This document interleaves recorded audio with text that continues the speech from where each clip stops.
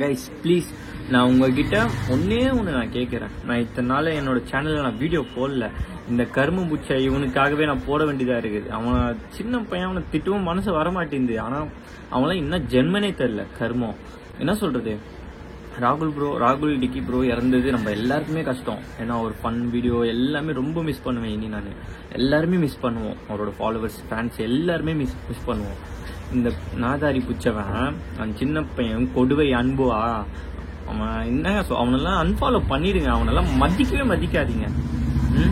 Feel பண்ற மாதிரி கேவலமா ஒரு எப்படி சொல்றது, ஒரு நடிச்சு ஒரு ஃபீல் பண்ற மாதிரி ஒன்று போடுறான் பாருங்க. கேவலமா இருக்குங்க பார்க்கவே.